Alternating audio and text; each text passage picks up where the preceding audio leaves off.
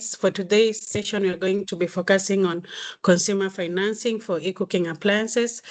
This session is going to be moderated by me and my colleague Lynn Gatia from CCAK, and our speaker is going to be Geoffrey Mburu. So the program basically is just going through the introduction, what the session, what the COP dialogue is about, and then we will go straight to Geoffrey's presentation. We'll have a session for Q&A and then closing remarks. So for those of us who are maybe new, who are joining us for the first time, so the COP Community of Practice is a platform where we bring together stakeholders from the clean cooking sector and electricity sector, basically to discuss the emerging opportunities within the e-cooking space. So these convenings are done by GAMOS East Africa, which is us, African Center for Technology Studies, Kenya Power, CCAK, and we are supported under the Modern Energy Cooking Services. The COP is usually convened through these monthly dialogues, and we also have a WhatsApp group that now has a membership of 553. So if you're on this call and you're not within that space and you'd like to join, we will share the link on the chat. All right, so for our dialogue today, we are going to be focusing on consumer financing for e-cooking appliances. This is a project that was done under the eCAP program, which was done in collaboration between MECS and the Kenya Power team. So Geoffrey is already on the call. I would like to introduce Geoffrey. I didn't have detail as I usually have for our previous speakers, but yeah, Geoffrey is known to majority of us. He's the co-founder and CEO of PowerPay Africa and Green Innovation Ventures Enterprise Limited. But because I don't have all the details and Geoffrey is on the call, I would like to give this opportunity to Geoffrey to introduce himself and give us and also present. And as he does that, for the sake of time, if you'd like to also introduce yourself on the chat, please do so. And also as he presents, you can also leave your questions on the chat. So Geoffrey, please take it away. Good morning, everyone. It's a pleasure to be here with you. And I am at a place where there are lots of people passing behind me, a bit busy. So I may just put off my camera just to avoid the distraction. But my name is Geoffrey, and I am a co-founder of PowerPay. And I have been working in the energy sector for about 17 years. Doing different things, energy and water, energy through mini grids. So that is my background in terms of experience. I have, developed a lot of mini grids before starting the company in 2018. And so with the understanding that, we are trying to get energy to people who are underserved, and also making sure that energy can be used for productive uses and cooking as well. So just to dive into the company's history, so PowerPay has been providing solutions that allow people to be able to see what is happening beyond the meter. That means making sure that utilization is visible to utility companies and mini grid developers, and as well as providing pay-go enablement. So the solution is tied to increasing demand so that there is a lot of utilization for energy. And it is also tied to making sure that credit providers can be able to enforce credit repayment and reduce their credit risk. So I'm just going to jump into the presentation. Cyprus, I guess you can proceed with the projection. Yeah, so I'll block your calendars for next week Wednesday. I don't know if that works for everyone. They don't know what time you could suggest. Next week Wednesday. Yes. Lynn, please mute. Cyprus. Yes, please. Yeah. I'm laughing because I sent you two presentations. Do you have the last one that I shared? This is the one I sent before. All right, let me just stop sharing and share that. Sorry. Just check and share that one. Okay, thank you. All right, give me a minute.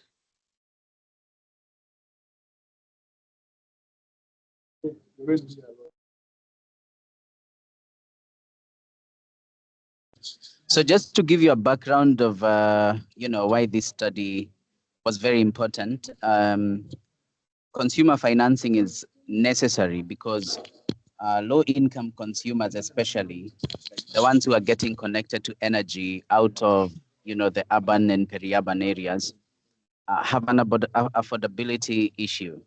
And according to a study that was done by CLASP in 2019, they stated that there's a significant constraint when it comes to affordability due to cost for appliances and productive use equipment, whether it's cooking, refrigeration, e-mobility, bikes, and things like those. And so it still remains a very big barrier, although there are others like perceptions around cost of cooking from electricity, that have to be addressed to make sure that the approach is holistic. So consumer credit basically makes it possible for the poorest households to afford the cooking equipment since they don't have to take on the upfront cost of energy cooking devices.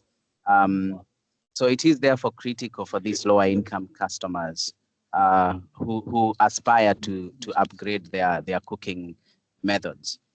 Next. So a bit of a background into the study.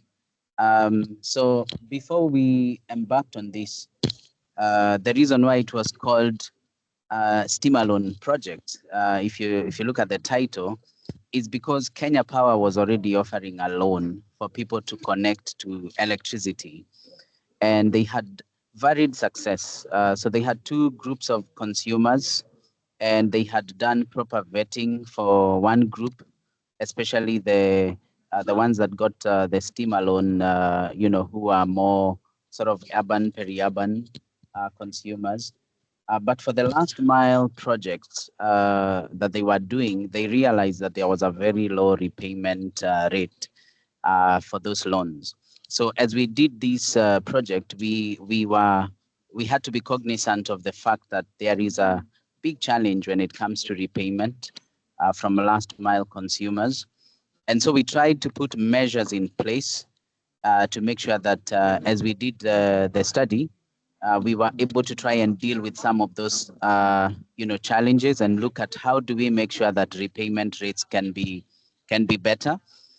And so that is part of the reason why we were engaged, because PowerPay has a pay-go capability. So the cookers we were providing had PowerPay Internet of Things. They could be shut on and shut off. And that was important for credit repayment. As well, we did have a consultant within the study who was an MFI specialist. And so we also borrowed a lot from the MFI sector. So beyond just the technology and monitoring repayment and forcing payment with pay-as-you-go Internet of Things, we also had advisory from the MFI sector in terms of what to avoid, repayment sort of durations. We definitely did not allow anybody to have a loan for more than a year based on the advice that we got from there. So it was a holistic study in terms of looking at the pay-go enablement and technology, but over reliance on technology only is also dangerous. So we also had input from the MFI sector. So the objectives were to check the adoption of eCooking and eMobility among Kenya Power clients, and look at the adherence to loan terms, how the repayment was going, collection rates, receivables at risk, and other important credit measurement indicators. And then, of course, we were looking at the impact of the uptake on household expenditures, power consumption, and demand growth. We wanted to find out how much power on average a household would consume after taking up an electric pressure cooker, for example, and then the benefits of that uptake to women who are mainly responsible for cooking at the household level. So methodology-wise, we created our products, consumer financing products on the EPC and the e-bike. And then we used our PayGo management system to manage the credit. And of course, there was a bit of literature review because Kenya Power already had done some things. And our approach was experimental. So we were looking at testing hypotheses, sort of looking at a methodology that is used for business decision making that allows you to quickly, check whether something is something that is worth looking at or doing, and whether your assumptions are right. So, of course, when you talk about consumer financing, there's a lot of assumptions that people have, and those include the fact that one, consumer education. If you educate people about the loans, that they will be willing to take them.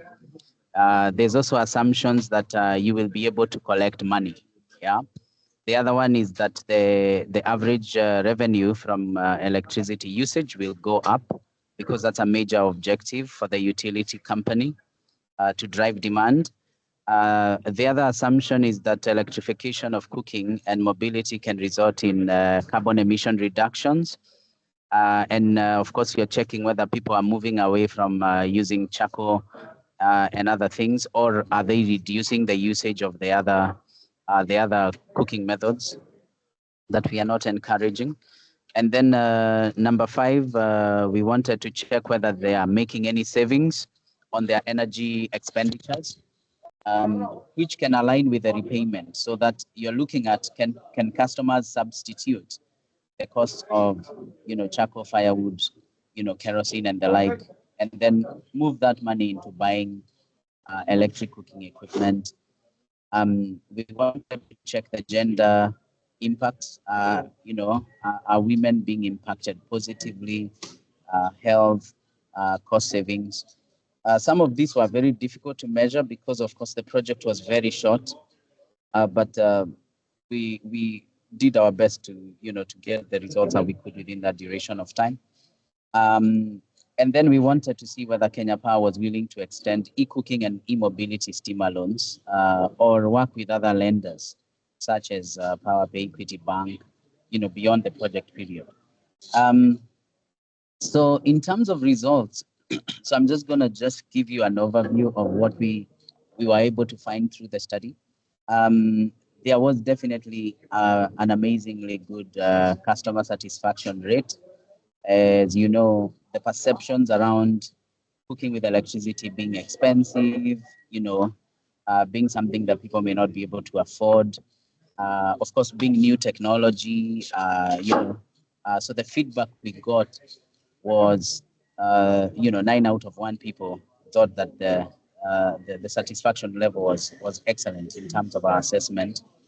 And then the adoption rate was basically testing whether when people are educated through consumer education activities, awareness creation, cooking demonstrations, we adopted what is called a seeing is believing approach. That's what we like to call it. Not seeing is believing, cooking is believing. So we would do this in conjunction with Kenya Power, and their team was excellent in working with us to demonstrate to people that when you cook with electricity, it is cheap. And so the adoption rate was pretty high. We had an almost 50% adoption rate, being that out of about 401 customers that were, that sat in the demonstration, that were able to see the cooking activity, the energy measurement, and then put that into cost perspective, it was a very good result. So 48% of the people who participated in the consumer education activities purchased a cooker. Yeah, so that's pretty good adoption rate. Collection rate wise, 95% of the loans were paid on time. About 5% were paid late, but there were about 2.2% of the loans that went beyond, 60 days of repayment. So by the time they hit 30 days late, we classified them as receivables at risk. So that was the observation, but this was a good repayment rate, based on the fact that these were, it was a test sort of project, was an experimental study, and so we perceived that that was a good repayment rate. There are definitely measures that can be taken to ensure that the receivables at risk and the late repayments can be addressed through non-technological ways, which some of them that were recommended, including having at least 2 guarantors for the cookers that would be sold. This was, from the MFI advisory angle. So just having people who can, vouch for this person or be reached to make sure they can, they can remind them to pay. That was a very important addition in terms of what should be done, or dealing with, let's say, if you're working with flower farms or people like those, reaching low-income earners, you can have guarantees from the employers. You can have a check-off system in place for those who are salaried, even if they are low income. So there are various other methods that need to be combined with the use of technology to be able to make sure collection rates are good. So in terms of overcoming the cost barrier, there were 72% of the customers required credit to afford. So out of the ones we reached, 28% wanted to pay cash and 72% wanted to pay on credit. And so we did allow people to, we classified cash as a payment that is received within the same month, so you could do 2 installments, but they are all within 30 days. That was classified as a cash payment. But beyond that, then there was an interest rate applied, and that in a way, because the interest rate was accruing monthly, it would mean that when you educate the consumers and they know the longer I take to pay, the more I have to pay, that somehow motivated them to pay sooner than later. So that was an important, one of the other important measures that we had put in place based on the MFI sort of advisory services that we had within the project. So that I think next, yeah. So potential for impact on CO2 emissions. So one of the biggest transformations we saw for the majority of people that were using charcoal, I think the biggest shift was noted on the charcoal side. We had, before the study, 46% of people were using charcoal, and after the project, just about 5%. And the few that were using firewood completely, stopped using it. So they were using charcoal, gas, electricity, and beyond the project, what the customers reported was that they had moved out of, firewood completely. Charcoal reduction was very, very, in terms of switching. I think charcoal is the one that really, had, and mostly because charcoal is costly, and for most people they have to buy charcoal. So that meant that they were substituting the cost of charcoal with the cost of electricity. And then in terms of electricity utilization, there was an average utilization of about 20 kilowatt hours per month in terms of increase. So we were measuring this using our IoT devices. Of course, there were households that are using less than this figure, and then there were households that were using, more than this figure. We had within the project some of the people that had a higher ability to pay would even pay for 2 cookers. They would buy one, and then after a month or two, they come back for another. So those types of households, you know, had a more larger increase in terms of utilization of electricity than the very lower income. In terms of cost savings, we had on average for cooking a reduction of about 1,059, not per day. This is supposed to be per month. Sorry. So this is the per month reduction in cost. And a lot of this was coming from switching from charcoal to electricity because cooking with electricity was cheaper for the households that took up an electric pressure cooker. And then for the e-bikes, we were seeing a reduction in cost of about 3,600 per month in terms of savings on cost of fuel. So we confidently we can say that there is definitely a cost saving, and it is a huge motivation for people to switch from using charcoal to electricity. So when we go to the next slide, we did ask the consumers what was the biggest reason for them adopting electric cooking. And there were two main reasons. One was time. Time was a huge factor. So a lot of the customers said they are able to, cook with less time. They don't have to, fan the flames of, whether it's charcoal or firewood. So they don't have to be there when the cooking is happening. So basically, it's automated. And so 65%, quoted time as a major part of the decision making, and then 78% was the cost. So cost is the biggest driver of adoption of electric cooking.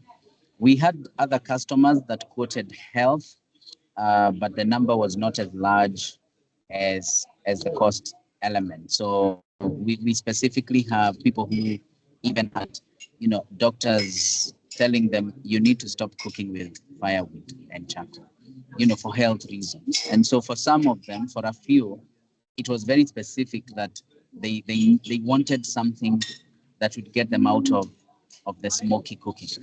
And so, they are particular customers, and I guess it would be nice in the future to do maybe a case study of people like those, because they are there, who have really experienced the dire consequences of dirty cooking. And then when you look at adoption versus outreach, when it comes to gender, the number of people that were reached by percentage, we actually within the consumer education activities, we actually had more men than women in those meetings. When we did our final tally of how many men and women we managed to reach, we actually had a slightly larger percentage of men than women, but still it was women who bought more cookers than men. So even when you educate the two groups together, because we tried as much as possible to target both, we realized that even if they are almost equal in terms of participation, it was still the women that bought the cookers more. So 82% of the purchases were made by women, 18% by men, which still says that really, even if you educate a lot of men, you may not get as much adoption if you as you would if you focus on women. And that is very evident within the study. And we it's because women are really the ones responsible for cooking. They understand the costs better, they understand the health implications, the benefits of saving time. Those are things that they are dealing with every day. And so for them, they will easily see why that is necessary as opposed to the male counterparts. So that's a very important thing to note. So even as we do consumer education, we really need to target the decision makers who are really women. They are really the decision makers who decide whether cookers are necessary or not. In terms of conclusions based on our hypothesis, so we definitely saw that access to credit increases the uptake of EPCs. And we recommended that the steamer loan, which is for connecting customers to electricity, can be upscaled to cooking and eMobility. But that is really a decision that would be Kenya Power's decision. For us, it was just a recommendation based on the study and the background.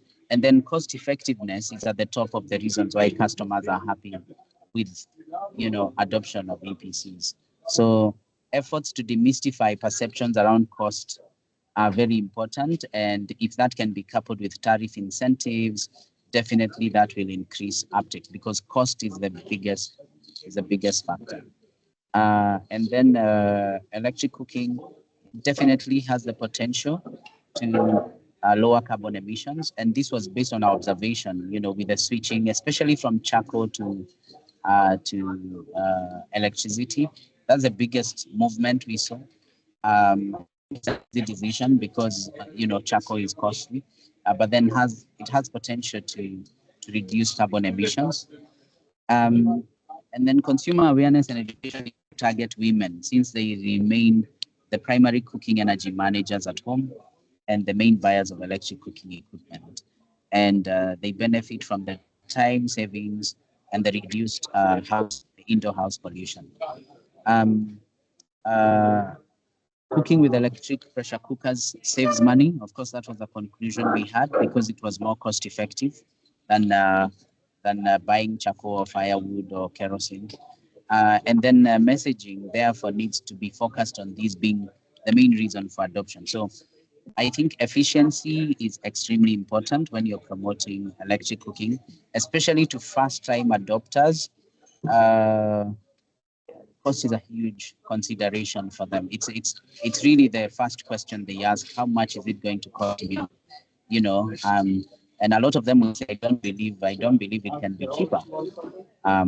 So that is a very huge factor to consider. And then finally, with our experience using the technology, we can say that it enhanced visibility beyond the meter, which has the potential to improve the impact of the utilities demand generation and possibly improve demand side response management.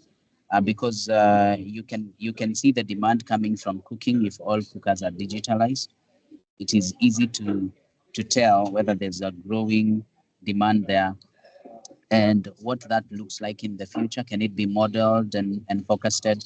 And then while technology on its own cannot ensure the success of consumer financing, we realize that it is capable of enabling scale, since it enhances collection rates, reduces credit risk, and it is an enabler for carbon finance, as well as bringing e-cooking tariffs to consumers. I think it's also important to add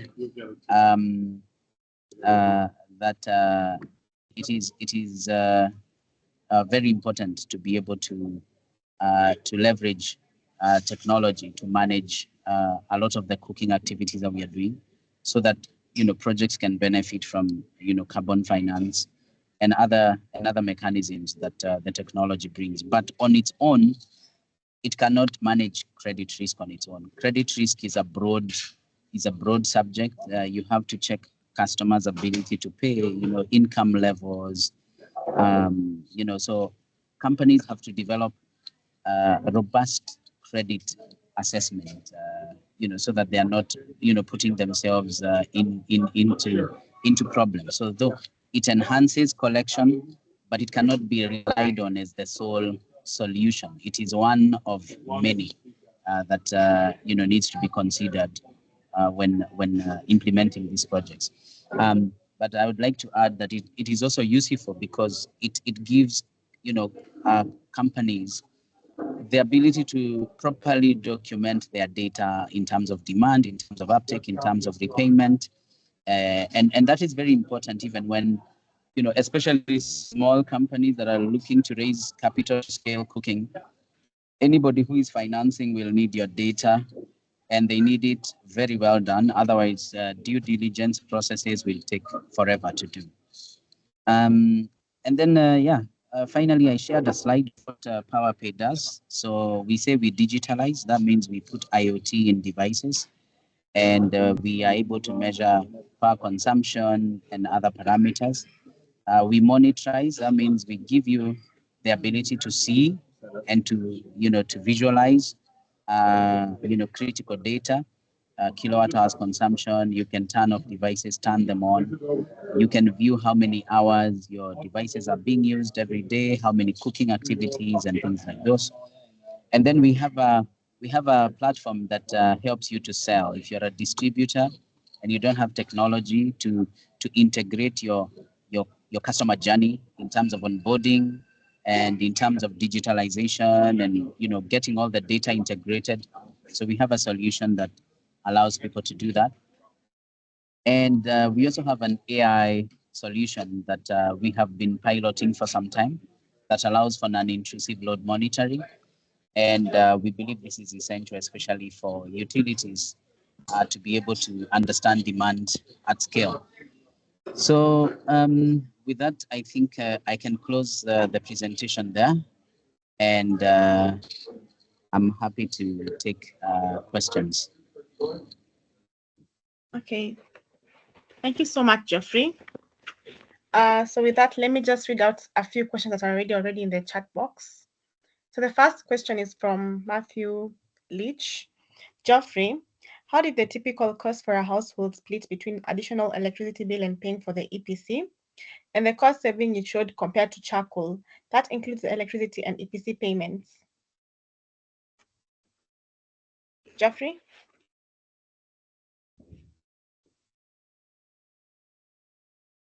Geoffrey?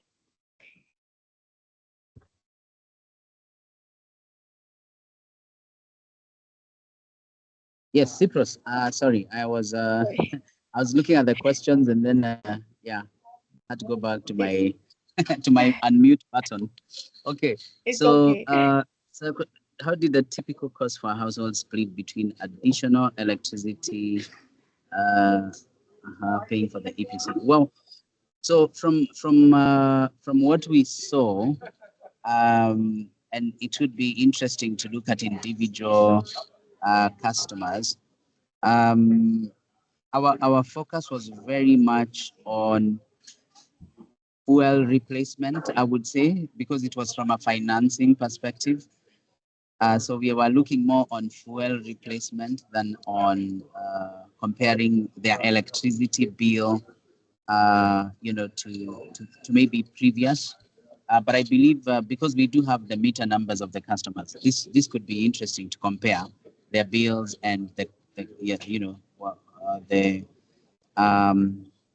cost of charcoal and the like. But just looking at the cost of the fuel itself. So what we did is look at the cost of the fuel before and look at the cost of the fuel after.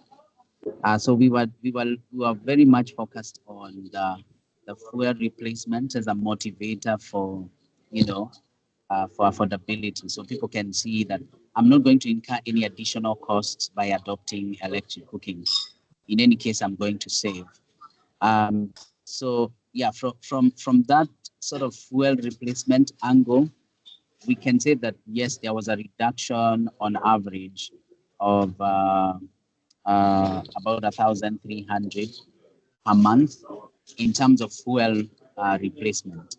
And based on the so the consumers were looking at comparing, if I cook with electricity and I am cooking business as usual, am I going to save any money? So definitely the cost of using electricity for cooking was lower than using the fuel that they were using before, typically charcoal, firewood. Those were the main ones we saw. We didn't have a lot of people using kerosene. A lot of them were just charcoal, firewood, gas at the best. So yeah, that is our observation in terms of cost saving compared to to electricity. Now on the EPC payments, what the customers were looking at is because the EPC, once it's paid off, it is an asset they own, and it is not a cost they are going to incur, in perpetuity. So I guess they were doing the cost benefit analysis around what happens after I own the appliance. But yeah, it would be, I'd say to Matthew that maybe we can have an activity where we can look at that in depth in terms of comparing the EPC cost plus the electricity cost. In that period of time, was that cheaper than the other fuel? But the main comparison was based on the fuel replacement. Yeah, the fuel replacement from charcoal to electricity.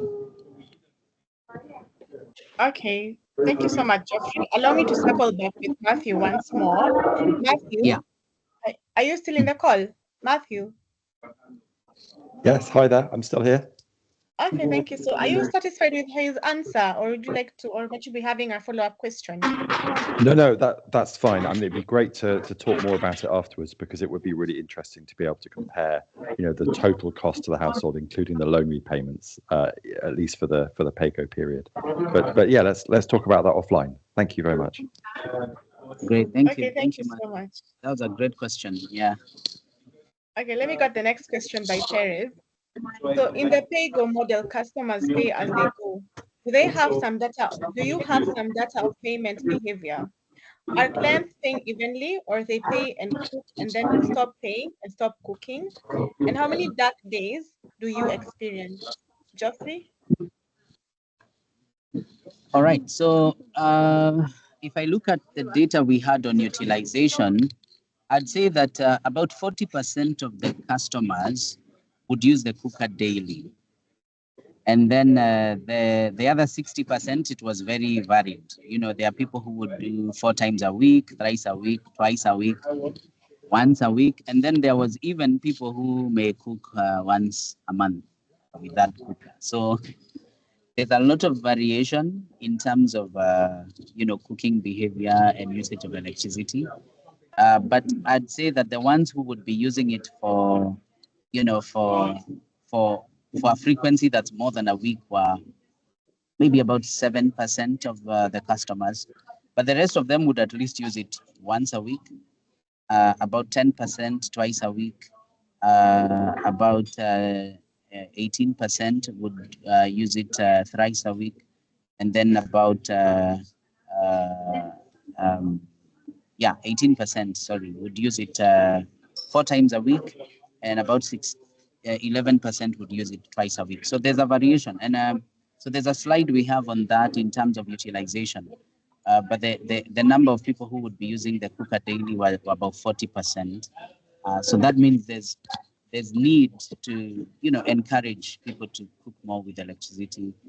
And then from our findings, a lot of the people who would be using it rarely, it would be, you'd find the reason is because the person who bought the cooker doesn't want maybe the house help to use it because they think they'll spoil it. So it's really totally unrelated reasons. It's not that they think the cost is high or anything, but it has to do with awareness creation, consumer education. I think there is need to focus on training the people who cook in the homes a lot, because sometimes the buyer is not the cook. And so, yeah, consumer awareness, education needs to really target well, so that people are well trained. So for some of the consumers, we would actually offer to train their house helps, so that you then, once they are confident that their house helps can use those cookers, then they allow them to use them, especially the peri-urban families. But where the buyer is the one who is cooking, that is where you really have a lot of utilization. So that was our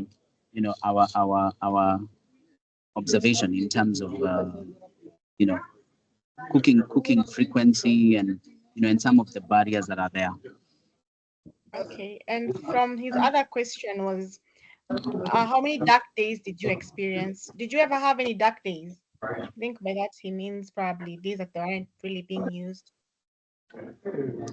Yes, but that was for us. That was for a small number of people. So we are talking about 7% around.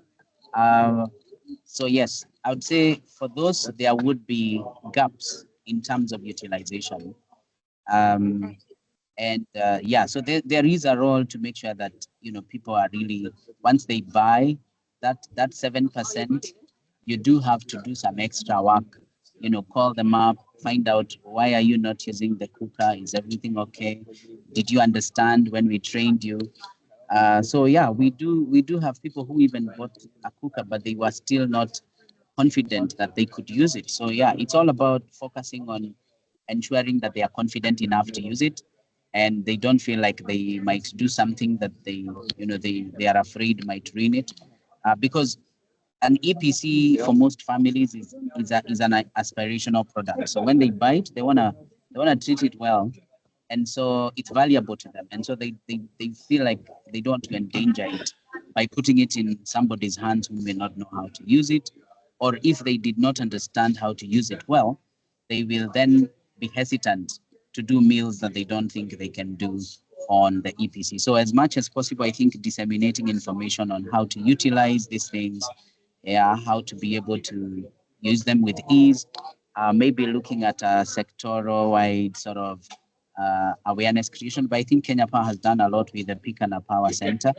And I think a lot of that and making sure that people can use different types of cookers, whether it's a knob, whether it's buttons, and try to have a very wide sort of coverage for consumer awareness and education is really important. That number that slugs because of reasons related to, in my view, lack of confidence in either their understanding or lack of confidence in the people who are cooking. Uh, and if they didn't participate in the training, then they will not be confident enough to use the appliances themselves. Yeah. And then in terms of the payment, so we did have 95%, collection rate was good, I'd say. But of course, we did have some trouble with a few clients. And so we do have recommendations around how to deal with those. And as I said, it's beyond technology. You're looking at, vetting people a little better, understanding their income levels better. Maybe. Hello, can you hear me? You went silent a bit. Oh, okay. Where did I get lost?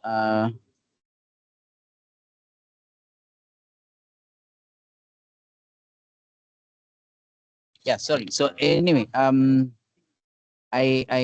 don't know where you lost me, but I was saying that yeah, the payment side, of course, we have lessons around broadening the scope of credit credit vetting to make sure that you are able to guarantee repayment, whether it's through guarantors, whether it's through check-off systems for lower income people, things like that that would help enhance the integrity of your pay-go model, so that you're not over reliant on technology on its own. Okay, thank you. So speaking about payments, there's another question on, could you quantify in shillings the money saved, including and excluding the installments? Could you quantify the hours saved in cooking or fuel collection? Those are two questions, actually. Yes, if I am to check on the time savings, I believe we did quantify the time savings. For the money saved, we looked at fuel substitution. So what is moving from in terms of cost of buying charcoal and the use of the EPC. So what we would do, we would look at if you are using 20 kilowatt hours to cook, because we are measuring specifically your cooking consumption, right?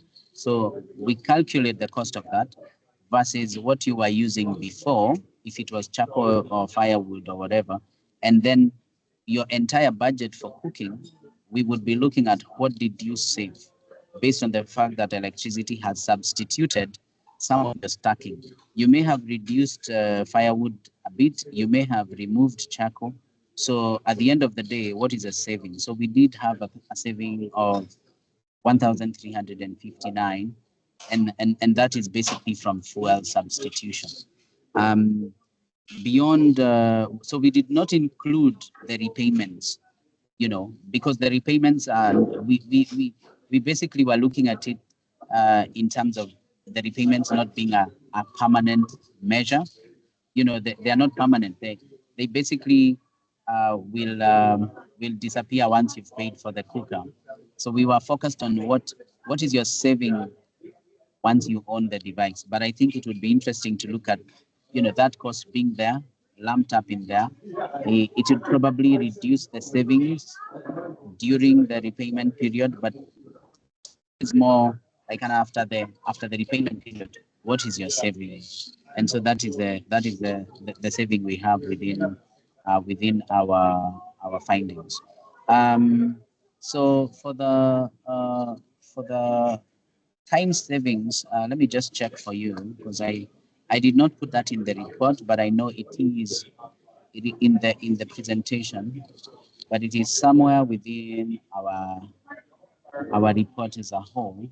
So I'm just going to get you that time savings figure in terms of what the feedback we got from the customers was.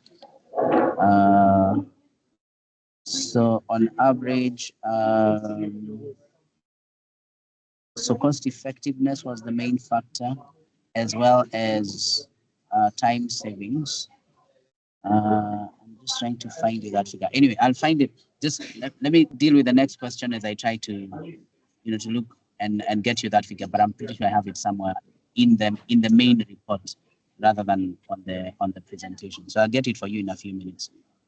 Okay, thank you. So allow me to start back again with her. So Perez, are you still in the call? Yeah, Hello, sure. yes, I'm here. Yeah. Are you satisfied with his answer so far? Yeah, it's good. So I find the savings 1,359 shillings per day. No. It is per month. Sorry, that was a mistake. Oh, okay. The slide says per day. I was like, whoa. Okay. Yes. Okay. Fine. Yeah. I Geoffrey, on the payment behavior versus the usage, I don't understand. Yes. Maybe you said already, but I don't understand your pay-go model. In the traditional pay-as-you-go, you pay as you go, right? So I send 10 shillings and I cook for 10 minutes or whatever it is, yes. Right? Is that the way you did it? Because that means that if 60% of people were not using the EPC, right, on a daily basis, it means that they did not send money to pay, right, for the appliance, which means that your original payment plan of 6 months becomes 12 months, right? Yeah. The longer it takes, if they don't use it, you don't pay, and if you don't pay, you don't get paid, and then your payment plans is massively long. Did you see that? Yeah. So what I'd like to say is we the way we did the financing, I'd say it was more. We would be switching off the product monthly rather than daily. So we didn't do daily payments. We avoided those. A lot of the consumers we interviewed were not really happy to do daily repayments. They were happier with monthly installments that were fixed, not variable, fixed. So I'd say, maybe it was bordering more on asset finance sort of model rather than the daily pay as you go. Yeah, because if we did it that way for sure, and that is one of the reasons we didn't do it that way. It could be we of course, if you have somebody not cooking with that cooker that day, then of course they will not pay for that day. But so we had it at a monthly, it was set at a monthly repayment model rather than a daily repayment plan. The installments were fixed. There was a penalty for paying late on your monthly installment. So it was set up in a way that it allowed people to pay a fixed installment every month rather than a daily repayment rate. But from our feedback, a lot of customers just, didn't like that daily repayment, model. Thanks. Yeah. Okay. So it's at this moment in time, I will open the floor up for other questions. If you have any questions, just raise your hand and I will pick you. I'll say your name out. Frederick, kindly ask your question. Great, thanks Lynn and team. I had a question about, suppose a consumer is on the PAYGO model and they use the appliance, and then in the process of using it, the appliance gets damaged or destroyed, and they have not yet finished paying. What happens in such a scenario? Yeah, so in our terms of payment, we had specified that if you ruin the product before you fully paid for it, you have to finish your installments. So basically, yeah, customers have to finish paying their loan, even if they spoil the product, because that's their responsibility to take care of the asset once it's in their hands. So that was stated in the agreements we had with them. And so we did not have that kind of a scenario where somebody will say, oh, I ruined it and I can't pay you. So that was not an option. And so one of the other recommendations we had from the MFI expert was to make sure that we keep this sort of small microloan, to a period that is not very long. In fact, she definitely said that beyond a year is a no-go zone. Because also, as people use these products, if they ruin them and they are dilapidated, and so the value of the item even to the person may not be so important, because they've already used it. Maybe they're using it for a small restaurant. You don't know. They're, it's a household item. It's being used in a restaurant, and they're just using it more than even an average home. So for those that would be using it in that context, so you do have to be very wary. And even on the e-bikes, the motorbike side, even beyond 1 year on that, the MFI best practice is to keep that, to a period that allows you to have the item in good condition, especially for the e-bikes, because then you in case of, default that is very, very bad, you can repossess the item and sell it. But if you have it, being used for a very long time, for the EPCs, it's really hard to do that. So then you have to even think about lowering that period. So we did not allow anybody to have a repayment period of more than a year. And to be honest, I can say even the people who are having difficulties with payment, those would be the people you give a year to pay most of the time. So the longer the period, I think it's, credit fatigue, and, it's something they can even easily, forget. It's going on for too long. And it's not a lot of money. Cookers are not super expensive. So you have to find a balance between, making sure that customers can afford, but then you don't give them a loan that goes on for too long, because that, in a way, I'd say, leads to delinquency over time, especially for these small, tiny loans. So the recommendation from the MFI expertise was cap it at a year, and make sure that people know that the longer they pay, the more it will cost, so that they reduce on their own. They reduce their repayment period because they can see the benefit of paying quicker than later. And so you're just trying, and because the customers were allowed to choose whether it's 2 months, 3 months, 4 months, 9 months, 12 months. So they had to make that choice themselves. And as they would make that choice, they can see how much they are going to pay in the end. And so they're doing the math, and they can see, oh, that will cost me more if I pay for 9 months than if I pay for 6. So let me go for 6 months. And so that kind of decision making and flexibility, and transparency, where a customer is able to see how the cost changes with a longer duration of payment and things like those, is very important because it helps them to do sort of an optimization of their own cash flow, but at the same time, it allows you to be able to sort of find a way of getting them to choose a lower repayment period than a longer repayment period, if that helps. Yeah, great. Thanks a lot, Geoffrey. I was just maybe wondering if there's an enforcement also. Suppose people default and all that kind of. How do you follow up to ensure that repayment is done? So we would use the switch on, switch off mechanism definitely to to kind of remind people to pay. But even before that, we would definitely call the customers first. So we sort of believe that some of those things are good, but you do have to manage your customer relationships well, because customers are very sensitive to how you treat them. And our wise person says that it's how you make people feel. So sometimes I believe that the switch on, switch off is good, but if it's utilized in a very impersonal and relational way, it does not create a good relationship. So we would focus more on the relationship first, and then enforce after. After communication, and if somebody has given a promise date and they haven't paid, but it in a way we would not make that our first tool. We would make it a sort of a last resort tool. And it's just, if you look at the way MFIs, even typically they enforce credit. Even if you take a car loan and you're late for your payment, you don't just get turned off.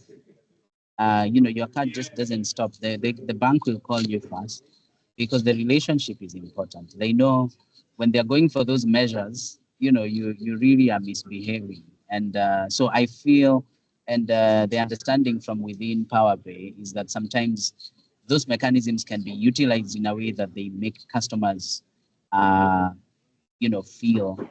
that they are not being treated well, and that matters. They will then behave similarly, and they'll start reciprocating their feelings on you.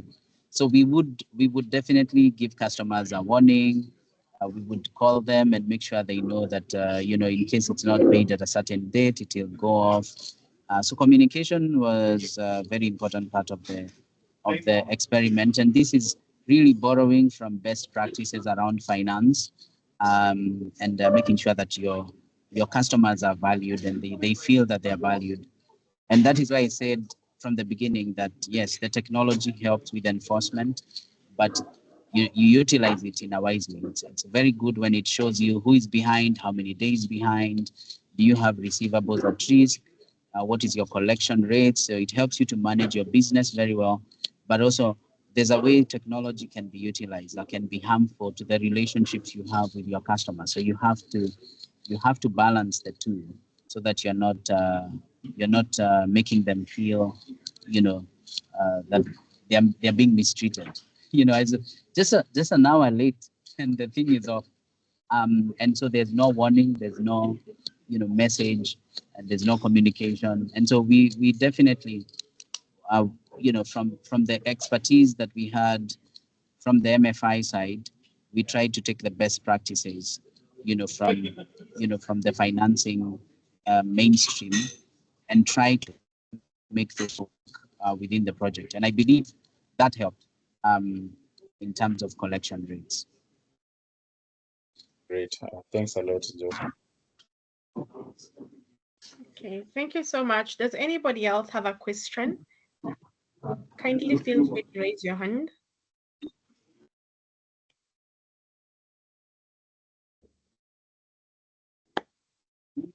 Anybody else? Okay, thank you so much, Geoffrey. Allow me to now give it back to Cyprus to continue. Oh, Cyprus, a moment. I found the time savings. There was a question on time savings. So Yeah. we got an average of 37 minutes per day. Okay. So the sample of customers that answered that question during our survey was 35%. Yeah, so not everybody answered that question, but those who answered, the average time that they gave us in terms of time savings based on, you know, what they would have to do typically to cook was 37 minutes per day.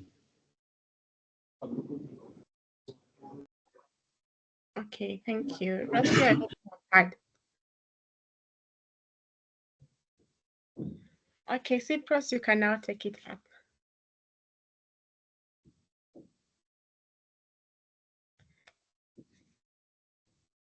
Yeah, thank you, Lynn, for moderating that session for us. Really good questions you are asking, and it's important that we get all the data that we need. Geoffrey, we thank you for the good insights that you've shared with us. It's really amazing to see that these innovative financing models are really helping us transition people to use of electricity, and it's increasing adoption. So the study findings are really basically trying to give more weight to the arguments that we've had, and it's good to see that those findings exist and that information is out there for everyone to consume. If you want the full report that Geoffrey is referring to, we will also share those. Some of them are already on the MECS website, but we'll share with you as well. But for me, the main takeaway is that just that the study is showing us that people are willing to pay. That was really amazing that you are able to get 95% repayment on the appliances that were given out. So I think that's really good information, because what we've also heard from people who are willing to put money into the market is that they fear issues of defaulting, customer defaulting. And that's why I think even Frederick was asking, like, what happens? Do you guys, if someone is using pay as you go model, do you just switch off the appliance for them? It's because people basically fear that majority of these consumers, especially from lower income areas, are not able to repay the appliances on time. But seeing that this study basically showed that people are willing to pay is a great thing. And I think it's encouraging for the MFIs to put money into the sector. And we hope that more and more people will be able to provide these resources to help us transition, especially the marginalized community. So for me, I think that's it, Geoffrey. Thank you for sharing these insights with us, and I'll share the recording and also the report with everyone.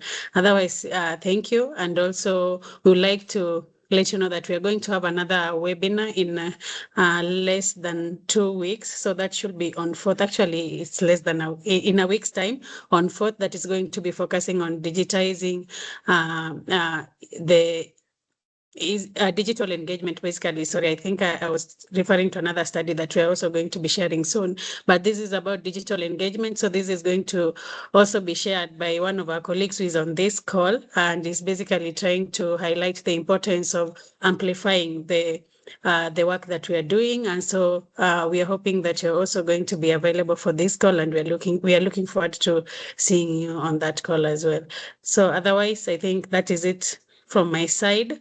Irene is on this call. She was one who was spearheading some of these studies. Irene, did you want to say something before we close, so that I give Kenya Power, who are also co-implementing with us these studies, an opportunity to say something, and then we can close?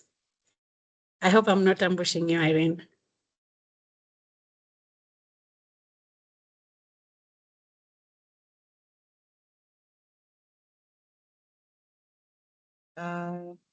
Good afternoon, everybody.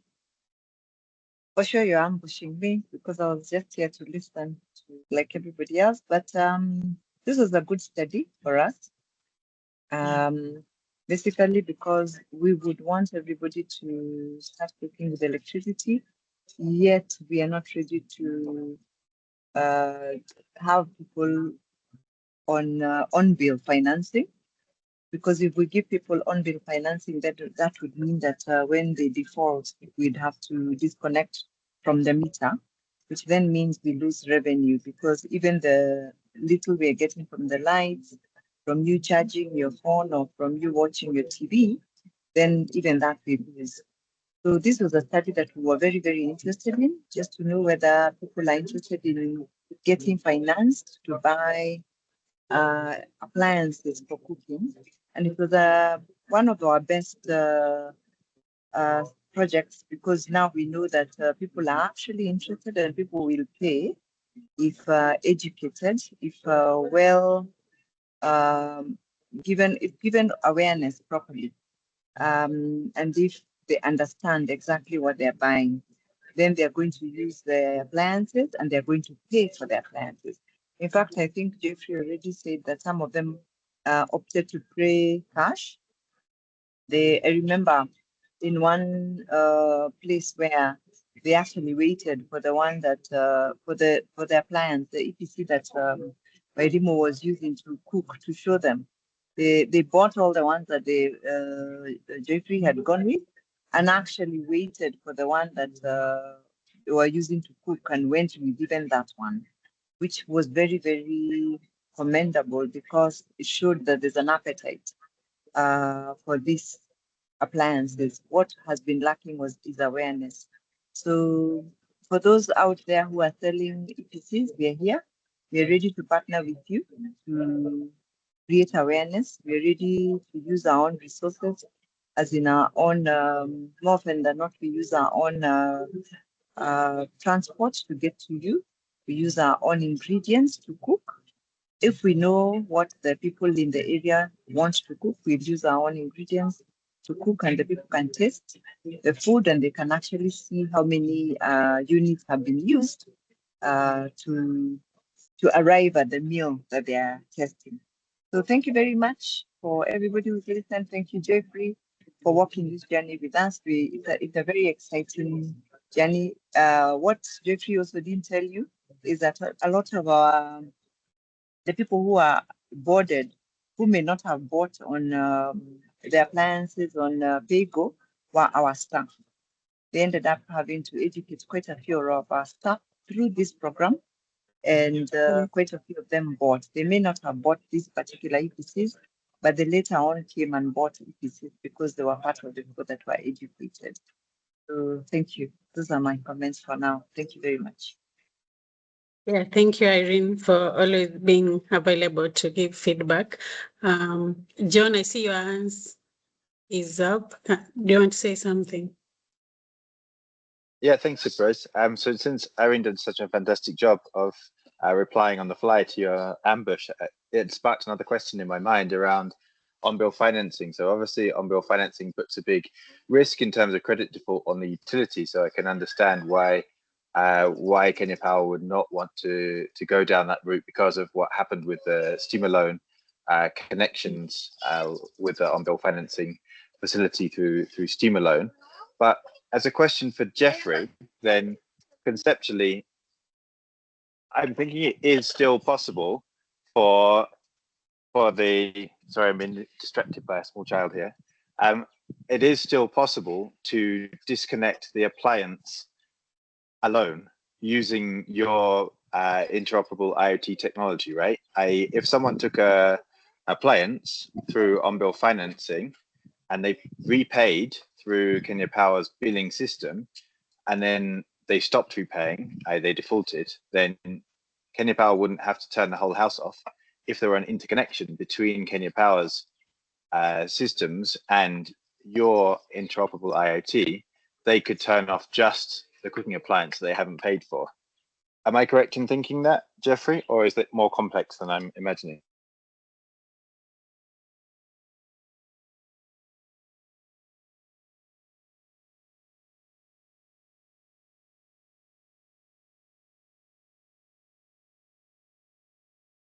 Geoffrey, if you're still on the call. Anyone hear me? Yeah, he is.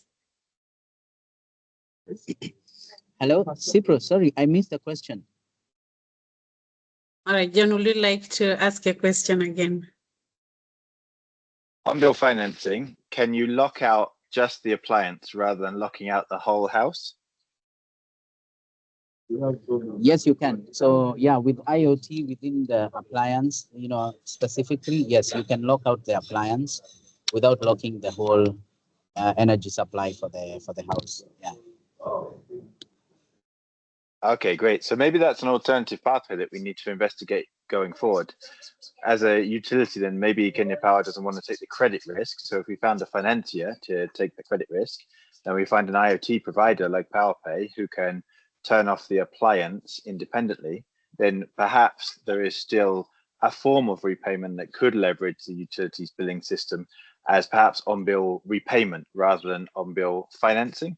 Whether that has additional value above and beyond a purely private sector-led model that's just using mobile money repayments, and in a country like Kenya where that's almost ubiquitous, then perhaps there isn't as much value in doing it. But it is perhaps another pathway that is worth exploring going forward, given that we now have this new technological option to disaggregate the cooking appliance from the broader household loads.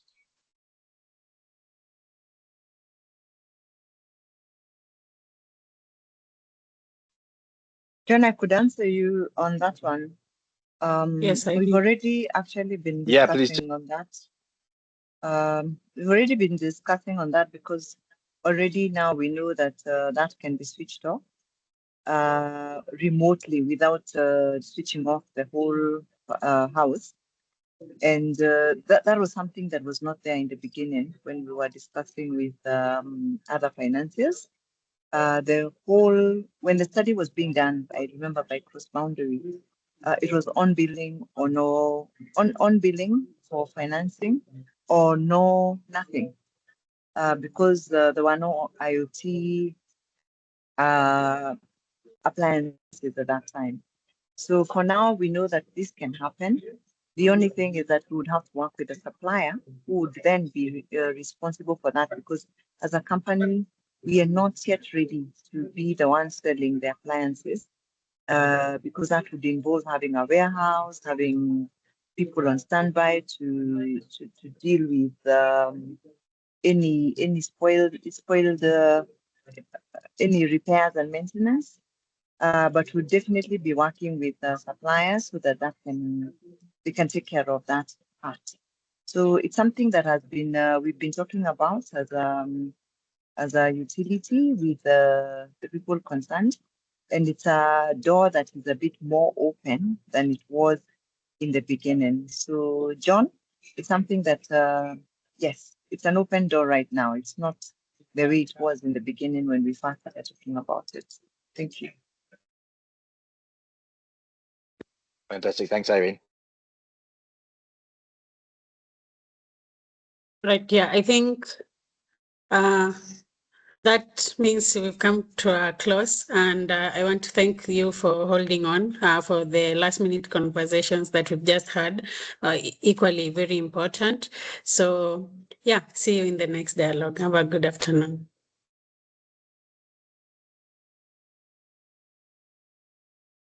Good afternoon.